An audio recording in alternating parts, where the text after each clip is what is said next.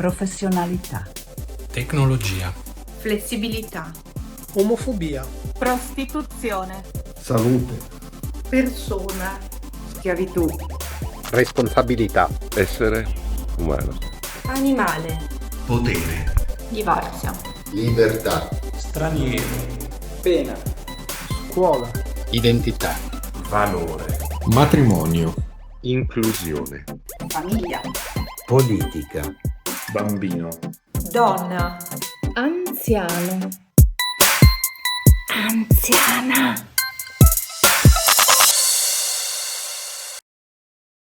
Bene, innanzitutto buonasera a tutti, scusate questo piccolo ritardo. Abbiamo appena ascoltato dalla voce dei rispettivi autori 27 lemmi che vanno dalla A di animale alla V di valore, che compongono il lessico della dignità, un volume a cura di Marina Brollo, Francesco Bilotta e Anna Zilli, che come forum abbiamo appena pubblicato nella collana Tracce, che è oggi l'occasione per l'incontro di questa sera sul tema della dignità oggi.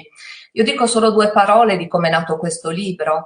Parte da un progetto di ricerca all'interno del Dipartimento di Scienze Giuridiche dell'Università di Udine nell'ambito di un PRID, un progetto di ricerca dipartimentale, ma poi si apre subito, coinvolge altri dipartimenti dell'Università di Udine e poi anche altri ricercatori e studiosi che lavorano sia in Italia che all'estero. E come si apre nel coinvolgimento di altre persone, così si apre anche per gli ambiti disciplinari che sono stati coinvolti.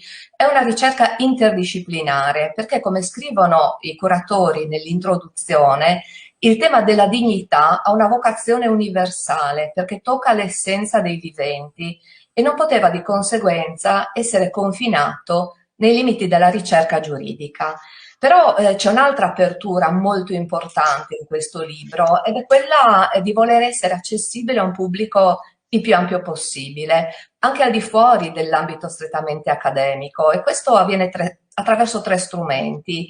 Il primo è stato la scelta di renderlo disponibile in open access. Il PDF infatti è liberamente scaricabile per chiunque di voi che ci ascolta lo vuole fare attraverso il sito web di Forum Editrice. E la seconda, scelta è stata quella di strutturarlo per lemmi, per parole chiave, in modo tale che il lettore si possa muovere liberamente fra una parola e l'altra, un po' anche a seconda delle sue curiosità, di quello che gli interessa di più, senza doverlo per forza leggere tutto dall'inizio alla fine, e soprattutto si apre a un pubblico più ampio per la scelta di utilizzare un linguaggio che volutamente non è eccessivamente specialistico e quindi incomprensibile per chi non ha un determinato bagaglio culturale, in questo caso strettamente giuridico.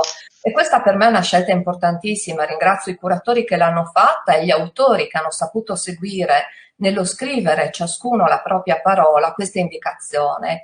Prima di tutto perché è un grande rispetto nei confronti dei lettori, ma soprattutto perché in questo modo viene restituita alla società civile, al dibattito pubblico, la possibilità di approcciarsi a certi temi, di farsi un'idea corretta di alcuni aspetti della vita che riguardano direttamente ciascuno di noi e poter così esprimere un parere consapevole. Prima ho parlato di curatori, ma devo dire una cosa: costruire un volume come questo è qualcosa di più di una semplice curatela. Si è trattato di dirigere, di organizzare un'opera collettiva molto complessa, dove le scelte fatte, quelle di cui ho appena parlato, restituiscono anche, danno l'impronta, restituiscono lo spirito di questo libro. Io li ringrazio per averci dato l'opportunità di pubblicarlo nel catalogo della casa editrice Forum. Abbiamo qui un po' di persone con qualche piccolo problema tecnico, ma si sta risolvendo. Li presento, parto dai curatori, oltre alla professoressa Marina Brollo, che forse riesce a raggiungerci più tardi. Ci sono Francesco Bilotta, avvocato cassazionista, ricercatore all'Università di Udine, dove insegna diritto privato e diritto antidiscriminatorio. Anna Zilli, professoressa associata di diritto del lavoro all'Università di Udine, avvocata giuslavorista. Loro due insieme coordinano il portale Equal, il diritto antidiscriminatorio. E poi abbiamo delle ospiti esterne, io parto dalla dottoressa Luccioli, ne sono molto affezionata, con lei abbiamo pubblicato nel 2016 Il diario di una giudice, i miei 50 anni in magistratura. Qua incominciamo con i prima, la presento brevemente perché quando si parla di Gabriella Luccioli bisogna dire date e conquiste. 1965, prima donna, una tra le prime donne a entrare in magistratura nel primo concorso aperto alle donne, 1988, prima giudice in Cassazione, 2008, prima donna presidente di una sezione della Corte di Cassazione, nel 2013 prima donna entrata in valutazione per la presidenza della Corte Suprema di Cassazione.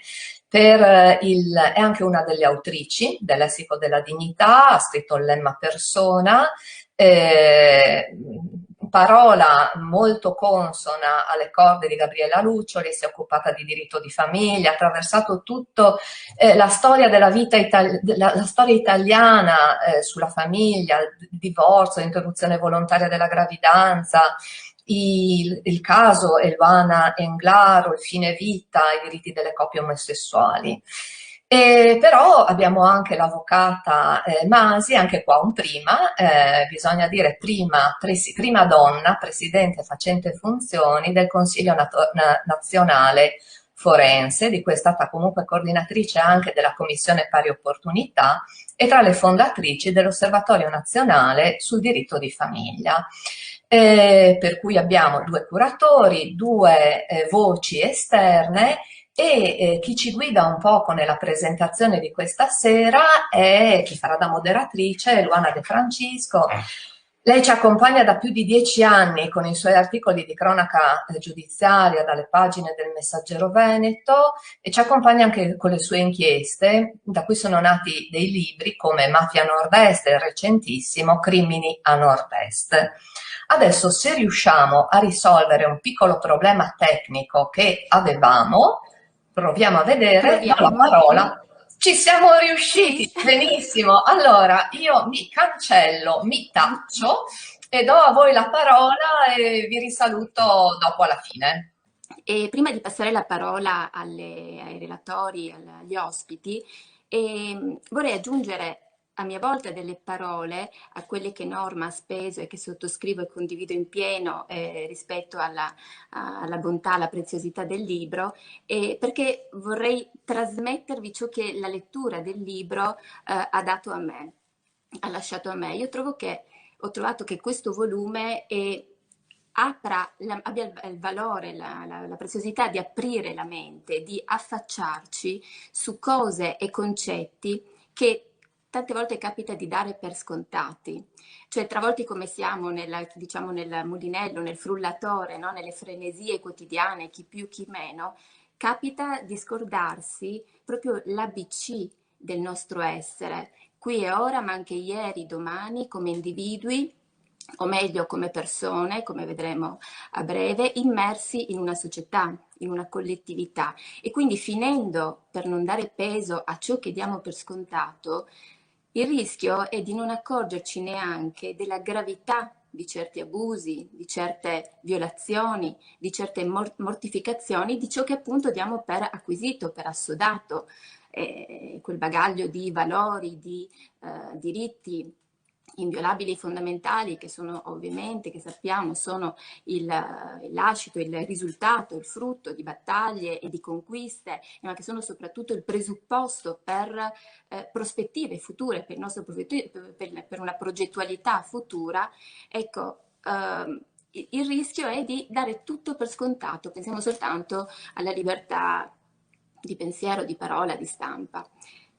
E allora trovo che questo libro sia un compendio, un meraviglioso compendio dell'universo umano, perché è fatto anche di esempi pratici. E quindi sì, come dicevi, non soltanto un manuale di diritto, cioè quando dici manuale di diritto pensi a un tomo, il classico tomo, a uso e consumo esclusivo degli ambienti accademici, no? E io direi una antologia caleidoscopica proprio perché organizzata a lemmi, come un lemmario, fruibile appunto, come dicevi Norma, da tutti, da me, da noi, dagli altri, che abbiamo a cuore la nostra crescita culturale e personale. E allora, dato che posto che questo è il senso di quel che queste letture mi hanno lasciato, cominciamo quello che io ho immaginato essere un viaggio nella riscoperta della centralità, della preziosità del concetto della dignità della persona attraverso che cosa? Attraverso le voci e l'esperienza di professioniste e professionisti che ciascuno dal proprio punto di osservazione, diciamo in qualche modo con la dignità delle persone si misura più o meno quotidianamente, un po' come facciamo noi giornalisti, come facciamo in coscienza, nel momento in cui maneggiamo la reputazione delle persone, fermi restando tutti i paletti della deontologia professionale e il rispetto della verità sostanziale dei fatti.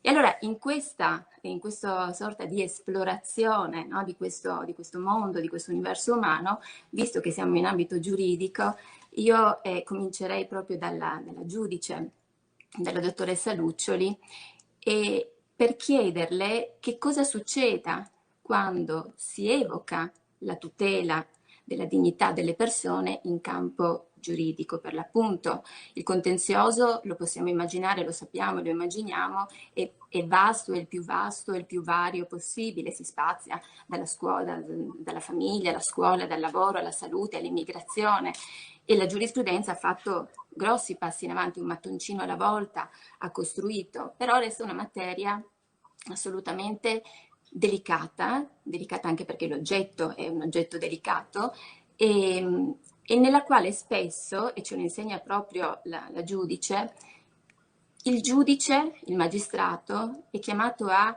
compensare, a supplire alle carenze del legislatore, alle dimenticanze del legislatore, come ci insegna il caso da te ricordato, Norma, di Eluana Englaro.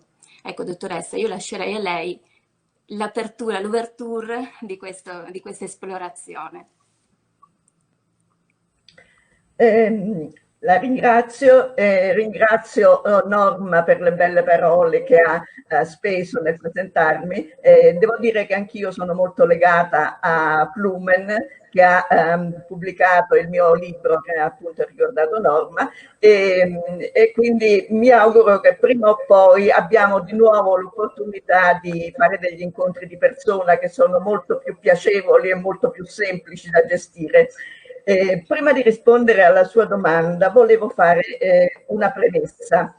Il volume al quale ho avuto il privilegio e il piacere di collaborare ha un grande merito, quello di declinare un unico valore fondamentale, che è quello della dignità, che è il valore che poi dà il titolo all'opera, sotto molteplici punti di vista, che ne arricchiscono il significato, ponendo in evidenza le grandi potenzialità e la molteplicità di contenuti in cui esso si sostanzia.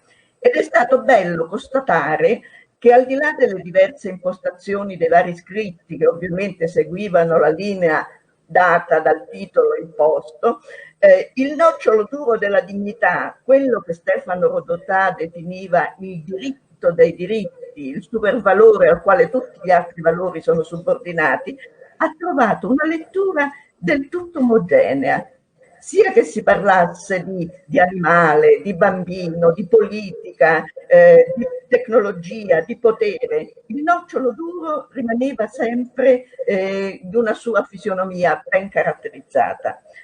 E vorrei inoltre porre in evidenza un altro pregio dell'opera, la sua multidisciplinarietà, che riflette nei vari scritti la prospettiva storica, quella filosofica, quella scientifica, quella economicistica e quella giuridica. E in questa impostazione così eclettica si staglia una marcata sensibilità di genere che emerge nella sua immediatezza nello scritto di Paola Di Nicola, che ha per titolo appunto il tema donna, ma che trapela in vari altri contributi. E E poi è evidente nella scelta dei temi e nella loro trattazione una forte attenzione verso i soggetti deboli, verso quelli che hanno maggiore esigenza di protezione e per i quali è ancora più forte l'esigenza di affermare il principio superiore di dignità. Il riferimento è alle voci bambino, alle voci schiavitù, alle voci omofobia, alle voci anziano. Il mio intervento, come ricordava poco fa Luana, ha per titolo la persona, un tema centrale nel nostro sistema costituzionale, atteso che la Carta fondamentale italiana si basa sul principio personalista, che va strettamente collegato, come ricordava Norberto Bobbio, a quello di uguaglianza e a quello di libertà. Ed è un concetto, quello di persona, fortemente connesso a quello di dignità, che da valore etico si è tramutato in principio giuridico già nelle Costituzioni europee dei primi anni del XX secolo, nonché nel preambolo della Carta ONU del 1945, nella Dichiarazione dei diritti universali dei diritti umani del 1948 e più tardi e più recentemente nella Carta di Nizza.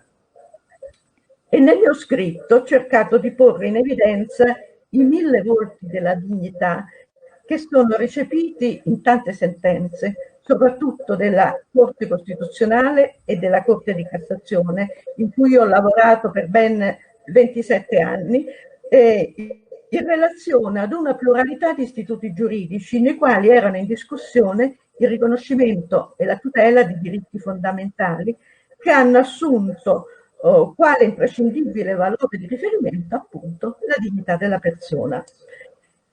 Negli ultimi 10 anni abbiamo assistito al radicale cambiamento della mentalità, della sensibilità collettiva, della stessa struttura della società, al sopravvenire di diversi canoni culturali di riferimento connessi alla evoluzione dei costumi. Basta pensare all'apertura della società verso nuovi modelli di famiglia, allo svilupparsi di nuove modalità di rapporto tra le persone, alle continue scoperte della medicina, alla possibilità di prolungare oltre limiti un tempo inimmaginabili la durata della vita, a diverse possibilità di diventare genitori, hanno provocato il sorgere di nuove richieste di tutela, cui la giurisdizione è stata chiamata a far fronte anche in presenza di lacune e di latitanza del legislatore, perché non è consentito al giudice il non liquid. Più specificamente di questo ho cercato di tracciare brevi linee nel mio scritto. Il riferimento è al diritto del malato di rifiutare le cure, anche ove da tale rifiuto possa derivare la morte. È un diritto che è stato riconosciuto dalla legge del 2017, la numero 219, che ha in qualche misura recepito i principi che erano stati dettati per la prima volta sul piano giurisprudenziale nella famosa sentenza Englaro. E poi alla successiva evoluzione della giurisprudenza della Corte Costituzionale, che nella nota ordinanza 207 del 2018 e poi nella sentenza 242 del 2019 ha ritagliato un ambito di legittimità dell'aiuto al suicidio, pronunciando la parziale incostituzionalità dell'articolo 580 del Codice Penale. Abbiamo visto poi in giurisprudenza che da questa sentenza sono state tratte altre implicazioni nel caso Trentini. I riferimenti ancora allo Statuto delle coppie omosessuali, sulle quali la giurisprudenza, in particolare quella della Cassazione, si è più volte intrattenuta, con particolare riguardo al tema dell'adozione del figlio del partner, alla detenzione in carcere, sul quale molte volte la Corte Costituzionale, anche sulla base dei principi dettati dalla Corte Europea dei diritti dell'uomo, ha segnato dei principi importanti. Alla dignità del lavoratore, pensiamo alla sentenza sempre della Corte Costituzionale relativa al caso Ilva, al fenomeno migratorio, che specie a fronte di iniziative legislative di chiaro segno repressivo che hanno segnato la precedente legislatura, ha chiamato in causa l'impegno della giurisdizione a fornire adeguata protezione giuridica a soggetti in condizioni di oggettiva ed estrema debolezza, assicurando il rispetto dei diritti fondamentali e della dignità anche dei detenuti. Al delicatissimo tema della maternità surrogata, una pratica che il nostro sistema definisce illecito penale ai sensi dell'articolo 12,6 della legge 40 del 2004 e che integra, a mio avviso, una chiara violazione della dignità, ancora la dignità della donna, ma anche del bambino. Della donna in quanto ridotta a mera portatrice di una vita destinata a non appartenerle mai, e anche del bambino perché lo priva fin dalla nascita della sua identità e del suo legame con il rapporto con la madre, con la figura della madre. È una problematica che comunque lascia inesplorato dal punto di vista normativo lo status del bambino che da tale pratica illecita sia comunque venuto al mondo. Ricordo su questo tema che recentemente la Corte Costituzionale si è pronunciata con la sentenza numero 33 dichiarando inammissibile la questione proposta, ma mettendo bene in evidenza l'esigenza di tutela del best interest of the child. E insomma, da questo rapidissimo sguardo d'insieme risulta evidente la pregnanza della prospettiva personalista sulla quale si fonda la nostra Costituzione e l'ampiezza degli spazi che la giurisprudenza è stata chiamata a colmare per inverare il principio di dignità. Grazie. Grazie a lei, dottoressa. E io resterei nel campo delle scienze giuridiche per passare la parola all'avvocato Bilotta per parlare invece di responsabilità civile. Qualche giorno fa, quando ci siamo sentiti per un confronto in vista dell'incontro di oggi, l'avvocato mi ha spiegato la ragione per la quale ha scelto proprio questo lemma, questo argomento, e io ve la riporto tale quale perché era stata efficacissima, una telefonata illuminante, per così dire. Mi diceva: la gente pensa, ritiene e avverte che non ci sia legge che la tuteli contro le ingiustizie al di fuori del perimetro tracciato dal diritto penale. Ora, non è così, però c'è tanta confusione, non soltanto c'è tanta ignoranza legata nel senso di non sapere, di non conoscenza, ma anche tanta confusione. Basti pensare a tutto il dibattito che è in corso in questi giorni, soprattutto per come è stato alimentato all'inizio, insomma, quello intorno al DDL Zan, come se, cioè, più che altro il messaggio distorto che è stato un po' veicolato, come se senza quella legge non ci fosse, quel disegno di legge non ci fosse modo di difendersi e di riparare a un'ingiustizia. Gli strumenti ci sono e la lettura, il capitolo curato dall'avvocato Bilotta ce lo dimostra, lo strumento c'è, si chiama responsabilità civile. L'avvocato ne illumina la trasversalità con un excursus che, pensate, parte addirittura da casi che affondano le radici che sono alimentate, che traggono origine dalla ferocia ferocia nazista e che si ripercuotono fino a oggi, e poi attraverso l'esame, l'analisi e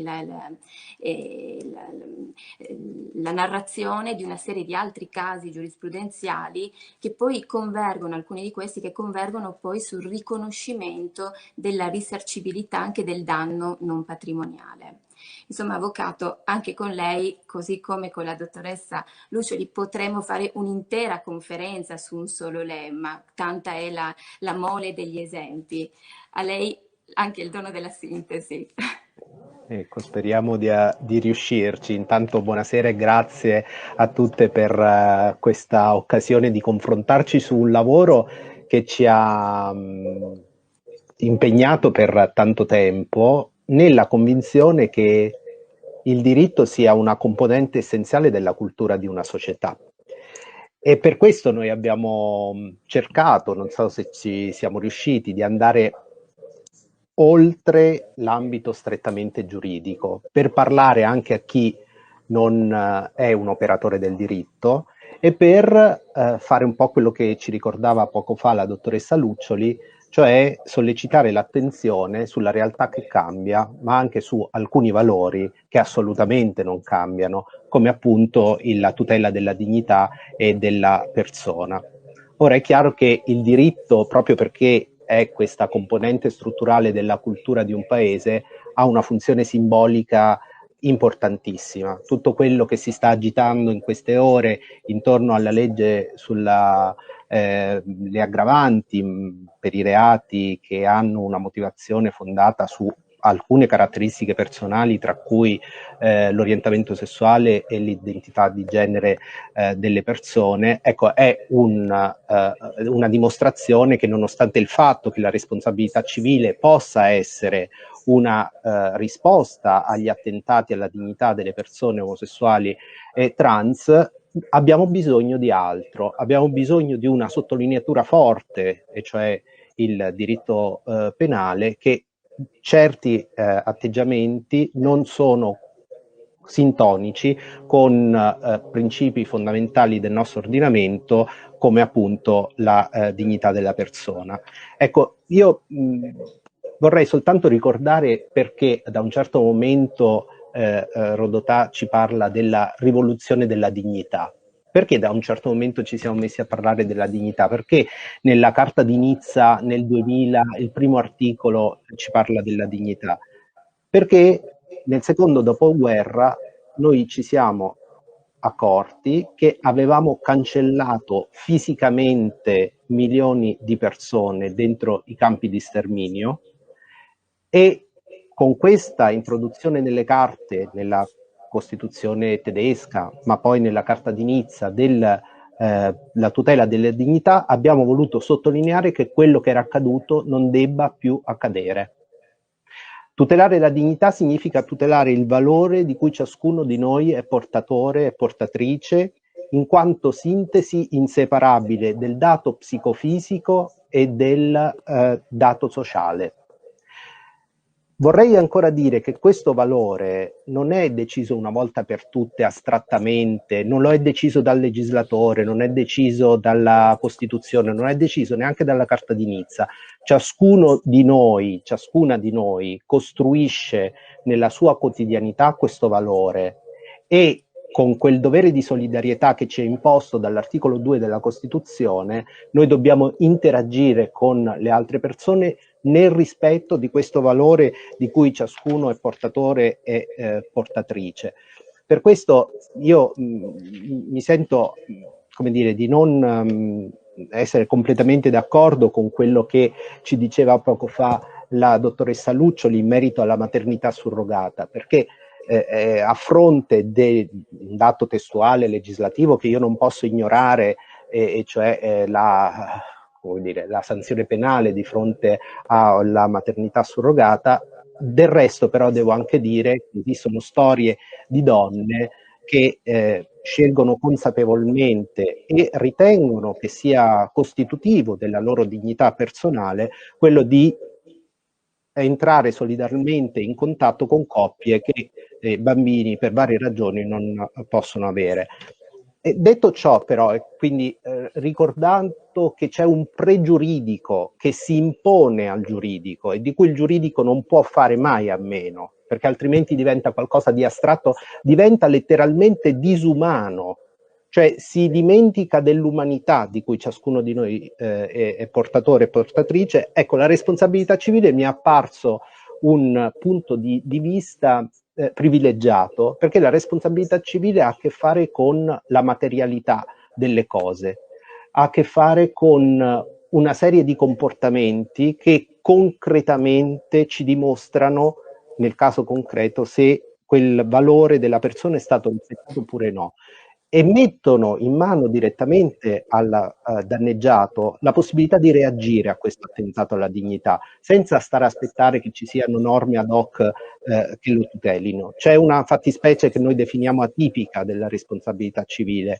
Qualunque fatto, dice l'articolo 2043, può aprire a un risarcimento del danno a determinate condizioni. Ma questa atipicità dice la ricchezza della vita, della realtà che tutte e tutti noi viviamo giorno dopo giorno. E in questo devo dire che una funzione essenziale, e in questo penso di passare un po' il testimone alla Presidente Masi, un ruolo fondamentale ce l'hanno le avvocate e gli avvocati, che sono veramente il trade union tra l'ordinamento giuridico e il cittadino, che voglio dire non è che sia tenuto a priori a conoscere quali sono nel dettaglio le tutele che l'ordinamento gli mette a disposizione. Ecco, se noi cerchiamo di ricordarci perché c'è quella dignità, e cioè una reazione alla cancellazione fisica di milioni di persone dovuta all'Olocausto,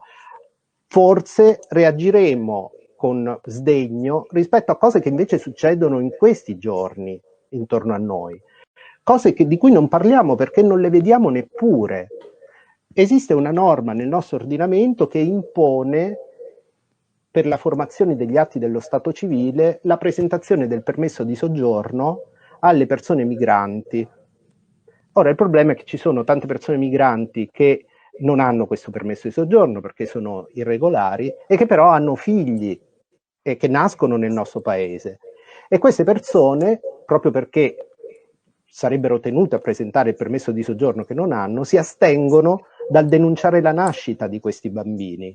Non si formano atti dello Stato civile, certificati di nascita, perché questi bambini semplicemente non vengono rappresentati come esistenti alle istituzioni dello Stato. Questi bambini ci sono, ma non sappiamo dove siano, non sappiamo quanti siano. In questo momento in cui c'è la pandemia, non sappiamo come raggiungerli, perché non sappiamo come fare per vaccinarli, perché non sappiamo quanti sono e dove sono. Non è un'altra forma di cancellazione questa, è una cancellazione giuridica, ma noi conosciamo nella tradizione del diritto la cosiddetta capitis deminutio, la morte civile. Ecco, in fondo, non dando a queste persone un atto di nascita, le facciamo diventare immediatamente dei fantasmi. Ecco, di fronte a tutto questo, credo che renderci un po' più consapevoli tutte e tutte di alcuni elementari strumenti di tutela nel nostro ordinamento potrebbe fare bene proprio a tutta la nostra società. Grazie, avvocato. Prima di passare la parola all'avvocata, io mi sposterei in un'altra sfera che è centrale nella vita di noi tutti, delle persone, che quindi va da sé, è centrale anche per quanto riguarda la dignità, perché la dignità vi trova una propria espressione. Lo facciamo con la professoressa Zilli e con lei ci spostiamo nel campo del lavoro. Il lavoro nella sua evoluzione progressiva verso anche una flessibilità che sarà la nostra parola chiave, la parola chiave di questo intervento. Il lavoro che cambia, naturalmente, e che è cambiato trasformandosi in maniera quasi epocale, direi adesso, in questo periodo di emergenza sanitaria e di pandemia. Un'analisi attualissima, quella che ha realizzato la professoressa, perché viene a intersecarsi anche con quella della condizione lavorativa delle donne e, vedremo subito perché, anche del vasto mondo del precariato. Allora, professoressa, che cosa è che dobbiamo sapere? Cos'è che dobbiamo imparare? Cos'è che dobbiamo tenere da conto per essere lavoratori consapevoli e pretendere soprattutto il rispetto dei nostri diritti anche appunto nella sfera lavorativa? Grazie. Il ragionamento che ho cercato di fare in questo volume, del quale anche in questo momento ho il piacere di cogliere la ricchezza e le sfumature nel dialogo fra la Presidente, perché per me è sempre la Presidente Luccioli, e il collega e amico Francesco Bilotta, che ci mostrano subito la ricchezza delle posizioni che in questo libro hanno trovato tutte rispetto, hanno trovato tutte casa. E allora in questo libro abbiamo costruito un ragionamento corale e questa coralità per me è stata sprofondare nella pandemia, perché, e lo sappiamo, la condizione delle donne, anche privilegiate come sono io, nella pandemia è stata una condizione difficile, madri, figlie, sorelle, mogli, ma anche amiche, ma anche soprattutto lavoratrici, isolate, compresse. Noi ci siamo ritrovate a dover fare i conti con la realtà inaspettata. E ripeto, da giurista, giuslavorista, mi sono interrogata sulla pandemia e il mondo del lavoro e sono andata a cercare la parola dignità, che è stata guardare ai lavoratori fragili, ai lavoratori vulnerabili. Ma quando ho cercato i lavoratori vulnerabili, ho trovato le lavoratrici, molto più vulnerabili dei lavoratori, dei colleghi uomini, e le ho trovate quando ancora di più ho scavato la parola flessibilità. E allora, nel mio lemma, che anche per la sua collocazione topografica dice molto, l'ho pensato solo oggi, sono compresse le mie parole sulla flessibilità fra il lemma famiglia dell'amica Moscati e il lemma identità dell'amico Dozzi. Allora mi sono trovata a discutere di flessibilità fra famiglia e identità. Come si dice, la geografia spiega il mondo e la topografia del lessico spiega la parola. E allora, in questa flessibilità che è vulnerabilità in cui ho trovato le lavoratrici, ho cercato di scavare a fondo perché queste siano flessibili, che è una parola chic per dire precarie, e ormai la Corte Costituzionale ce l'ha detto che flessibile è precario. E in quella ricerca delle motivazioni non ho trovato altro se non la condizione della maternità. Perché anche quando le lavoratrici fanno i percorsi di studio giusti, quelli scientifici di cui parliamo sempre, comunque per loro nel mercato del lavoro va peggio. E ho visto che vivono guardate nel sospetto anche quelle lavoratrici che madri non sono finché non escono dal cono d'ombra dell'età fertile.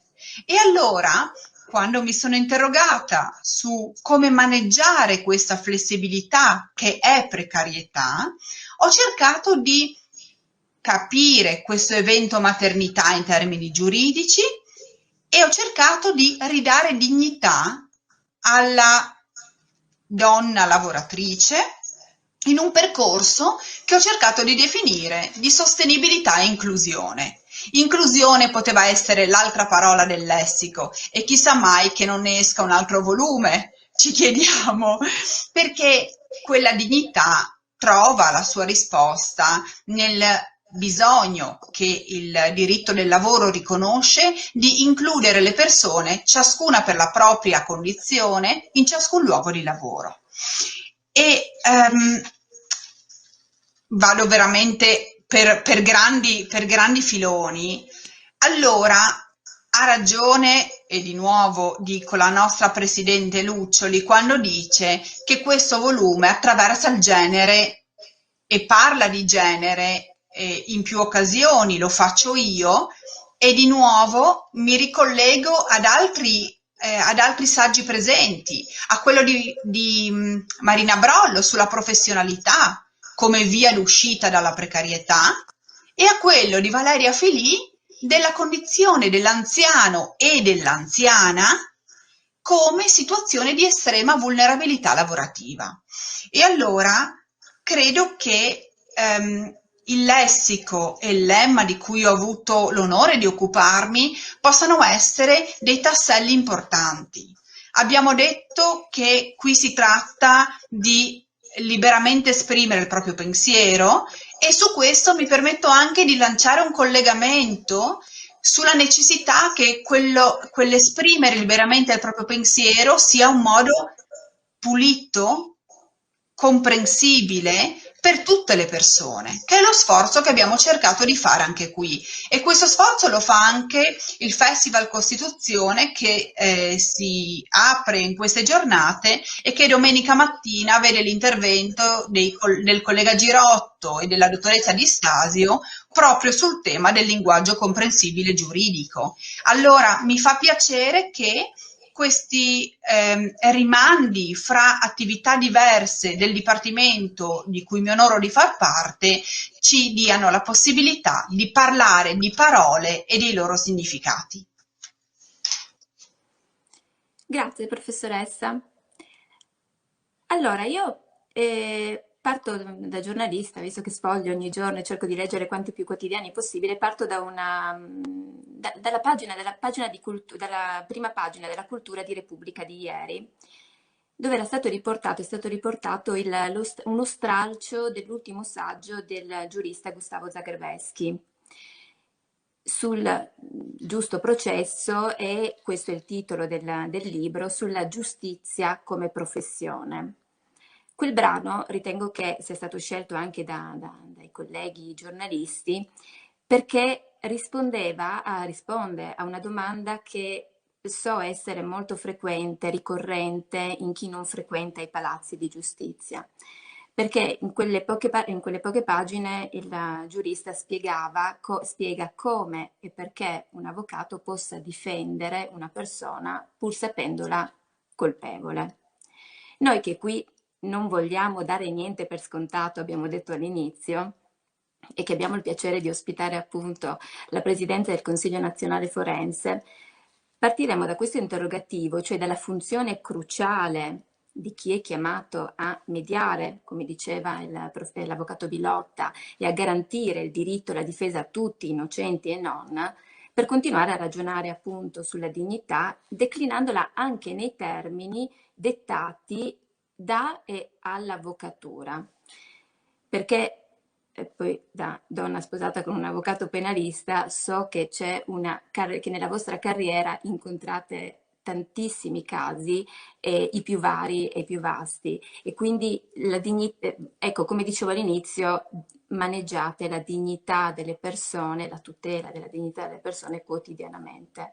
Avvocata, come si declina nel vostro lavoro la dignità delle persone?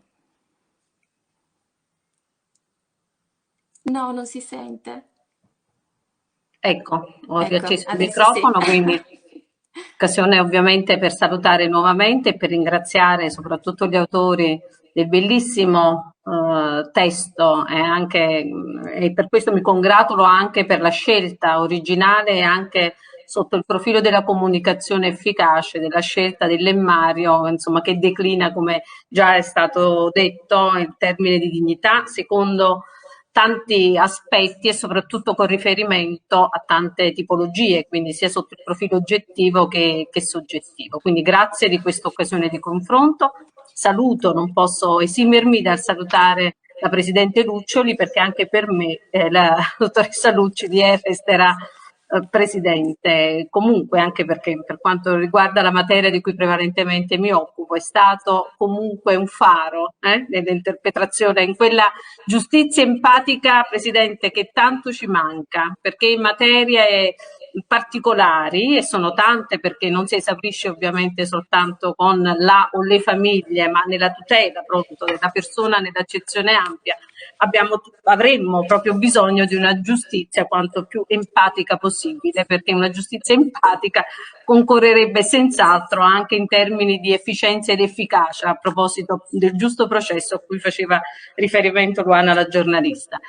Il termine sì, per l'avvocatura la dignità, la Presidente Luccioli l'ha sottolineato benissimo, il valore è il parametro, quello attraverso cui si misurano i diritti fondamentali della nostra Costituzione e di altre Costituzioni, della nostra in particolare, quindi quelli che poi a loro volta caratterizzano e formano, non a caso sono considerati formanti tutti gli altri, tutti i diritti legati all'esplicitazione della libertà e dell'eguaglianza, e lo considerano i giuristi sicuramente un valore irrinunciabile a cui non si può rinunciare, perché quello è appunto il senso e anche la misura di quello che poi traduce la nostra attività. L'avvocatura sì, ha un ruolo di mediatore, come giustamente sottolineava il collega Bilotta, è il famoso ponte, cioè quello che avvicina la comunità, l'ordinamento giuridico alla comunità civile, è chi intercetta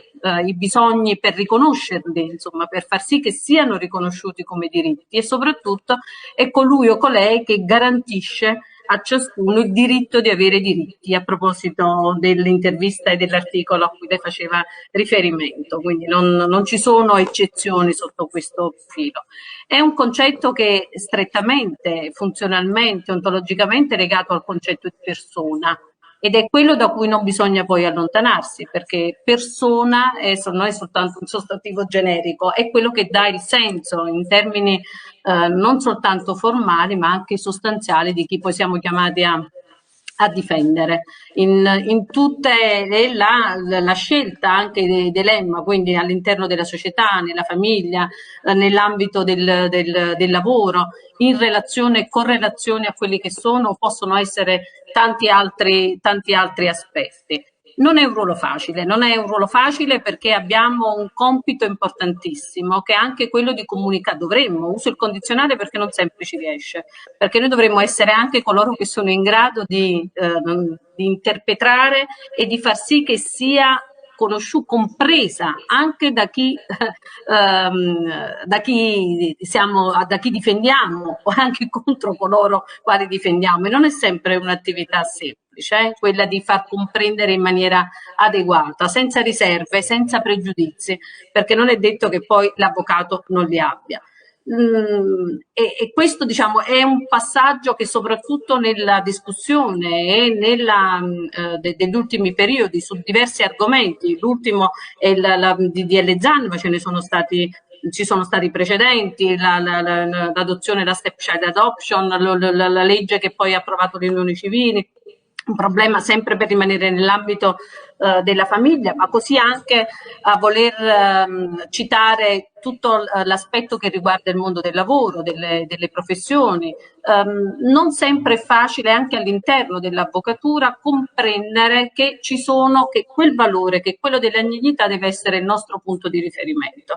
Ecco perché lo sforzo poi dell'avvocatura istituzionale, sotto il profilo della formazione, sotto il profilo della comunicazione, sotto il profilo dell'attività, nell'assumere, e in questo il Consiglio nazionale da anni lo ha sviluppato in maniera particolare, diciamo sostenendo, inseguendo, proprio il termine forse è quello giusto, l'approvazione di testi e di norme che possano attuare proprio questo concetto a cui le faceva riferimento, che è appunto quello della dignità. E abbiamo un'altra preoccupazione, una preoccupazione ulteriore, che riguarda sempre la persona, in questo caso però con riferimento all'identità.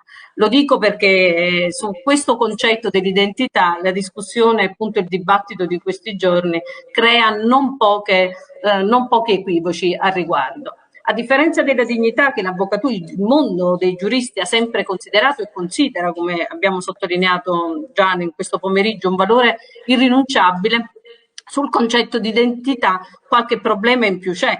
L'identità per millenni e per lunghe generazioni ha caratterizzato in maniera negativa la persona, cioè non nell'accezione di valore, quindi non per valorizzarla, ma spesso per discriminarla, con riferimento a status, a quelli. E oggi, in maniera preoccupante, seppure insomma nel 2020, il rischio altissimo è che questa, diciamo, incertezza, questa promiscuità dell'utilizzo anche del concetto dell'identità si ripresenti, insomma, in tutta quella che è la sua negatività, ancora una volta per discriminare piuttosto che valorizzare. Ecco, questo è un impegno che gli operatori del diritto, perché lei faceva riferimento, Luana, all'attività della magistratura che spesso supplisce su alcuni argomenti, forse proprio su quelli che ho citato, è stata illuminante, perché ha anticipato o ha dovuto, come dire, ha provocato poi il legislatore, perché insomma ha anticipato quello che poi era il riconoscimento di un diritto.